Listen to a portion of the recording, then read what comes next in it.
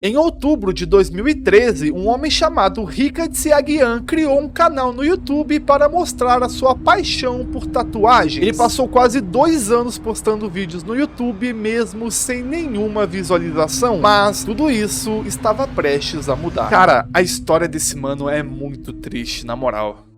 Richard tem um filho chamado Palu. Em 2008, ele postou seu primeiro vídeo no YouTube mostrando ao mundo o seu filho. Inicialmente, era para servir como uma espécie de cápsula do tempo, e assim, ele foi vendo o seu filho crescer, passando de uma criança para um garotinho que agora sabia andar, falar e até pintar. E a arte sempre foi algo muito presente na vida de Richard. Música, fotografia, ilustração, pintura e tudo quanto era tipo de arte. Ele sabia fazer tudo, cara. Mas um estilo em específico chamava sua atenção. Um estilo de arte da Indonésia chamado Batik, que inclusive é o seu país de origem, mas ele migrou para os Estados Unidos atrás de uma vida melhor. Ele se mudou para Nova York no início dos anos 2000 e lá ele fazia vários bicos para sobreviver. E ele trabalhava muito, ele arrumou um emprego integral ali numa fábrica de chocolates e fazia tatuagens no tempo que sobrava para ele. E durante esse período ele estava ativamente tentando conhecer novas pessoas e fazer amizades, e até encontrar uma postagem dele num site dizendo que estava a fim de conhecer pessoas e que tinha um inglês ruim. Em 2013 foi quando ele começou a publicar os vídeos de si mesmo produzindo tatuagens com a inspiração Bach. Ele basicamente foi o criador desse estilo de arte no formato de tatuagem, e a sua ideia era apresentar ao mundo esse estilo e inspirar outros tatuadores a fazer também. O seu sonho era chamar a atenção da internet com algo totalmente novo,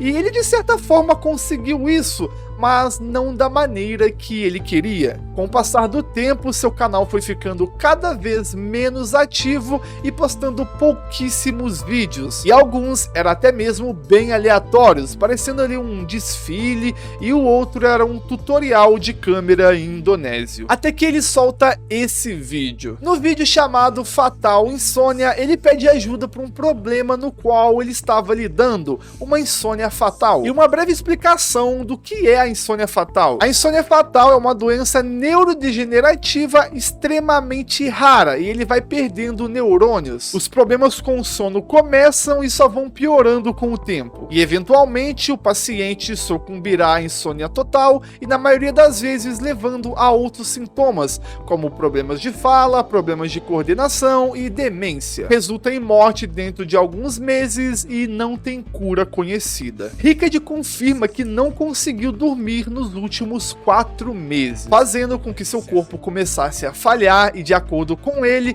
estava trabalhando no novo emprego na Filadélfia, e foi lá que ele descobriu que tinha uma infecção no trato urinário, mas como ele não tinha plano de saúde para se tratar, seria algo muito caro, então ele procurou a ajuda do seu chefe para obter conselhos. E por coincidência, o seu chefe também estava sofrendo com esse problema, e recentemente ele tinha recebido uns antibióticos que ele nunca usou. Então ele ofereceu a Richard como um gesto gentil para poupá-lo das contas médicas. No entanto, ao tomar os comprimidos, Richard imediatamente sentiu palpitações cardíacas intensas, câimbras na mão e vários outros sintomas. Os sintomas eram bastante preocupantes, mas dada a posição em que ele estava, Richard sentiu como se ele não tivesse escolha, a não ser continuar tomando até que os medicamentos acabassem e o seu tratamento chegasse ao fim. A partir disso, Richard estranhamente perdeu a capacidade de dormir durante a noite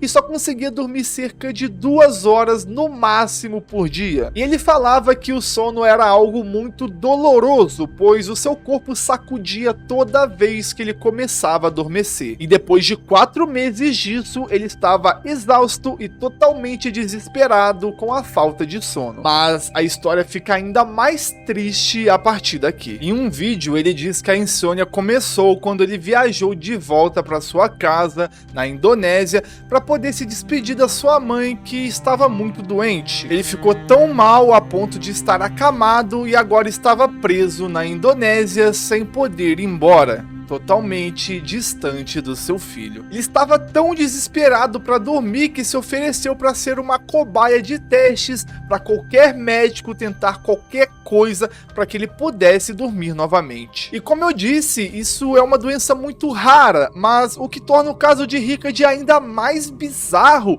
é que em praticamente todos os casos desse tipo de doença, ela é algo genética e permanece latente nos pacientes por toda a vida. Mas no caso de Rickard, ele não tinha histórico familiar e os sintomas se desenvolveram depois dele supostamente tomar os remédios de seu chefe. E se a gente quiser acreditar no que ele tá falando, então a sua insônia é totalmente diferente de tudo que é conhecido pela ciência. Porém, com base em condições semelhantes, é totalmente evidente que se as coisas continuassem assim, ele não duraria muito. Outro vídeo foi postado por Rickard, no qual ele descreveu sua condição com mais detalhes, ao mesmo tempo que ele reconhece que os seus dias provavelmente estão contados. Além disso, o isolamento estava claramente começando a prejudicá-lo, pois ele não foi apenas separado do seu filho, mas também não pode nem sair de casa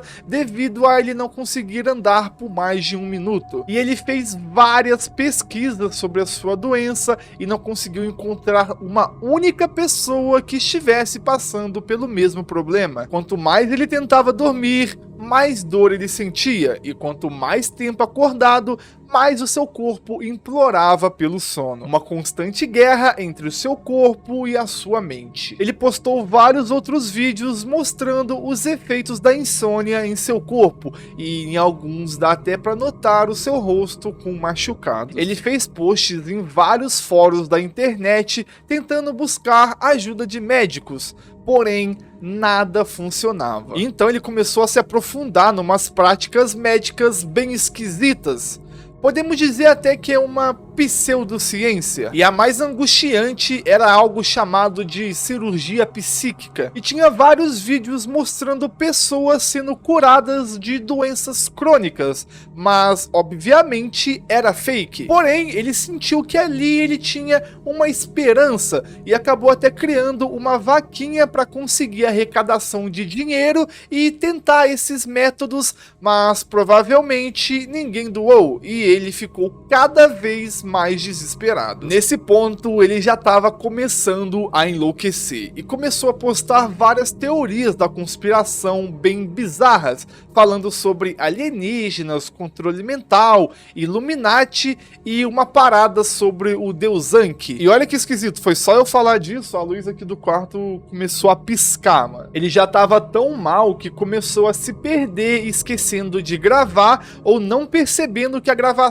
havia parado. E ele até gravou um vídeo comemorando o seu aniversário. E depois de um ano inteiro acamado, Rickard ainda estava lutando, porém, ele menciona que passou do ponto da salvação e desejou que tudo acabasse. E ele continuava documentando sua doença na esperança de poder ajudar alguém que sofresse da mesma condição. Em outro vídeo, ele mostrou vários outros remédios que ele veio tomando nesses 2 anos. E isso era a única coisa que ainda o mantinha vivo, pois com esses remédios ele conseguia dormir pelo menos 2 horas, e sem eles ele já estaria morto. Em 4 de dezembro de 2016, ele postou um vídeo em um quarto escuro falando inteiramente em indonésio. E essas foram as últimas palavras que Rickard disse no seu canal do YouTube. E 5 dias depois, no dia 9 de dezembro, ele faleceu, finalmente dando-lhe a chance de dormir novamente e acabar com esse sofrimento. Rickard teve alguns momentos de lucidez e deixou uma postagem no Facebook para o seu filho Palu ler quando crescer. Eu te amo, meu filho. Não posso prometer nada agora que inclua a minha recuperação. Apenas quero dizer que você é a criatura de alma mais linda que já encontrei em toda a minha vida. Fiquei feliz em apresentar você a este mundo. Um dia nos veremos e brincaremos novamente, num lugar onde não há mentiras, tristezas e dor. E por favor, aproveite sua vida ao máximo e não machuque a si mesmo ou aos outros. E essa história me deixou muito triste, porque dá pra ver que ele é uma boa pessoa e essa luta dele com a doença e o desespero para poder ver novamente o seu filho é algo que me deixou muito chateado, mas espero que agora ele esteja descansando em paz. Olha, muito obrigado por me ouvir até aqui e se você é novo no canal, seja muito bem-vindo, se inscreva aqui no canal e eu te vejo na próxima.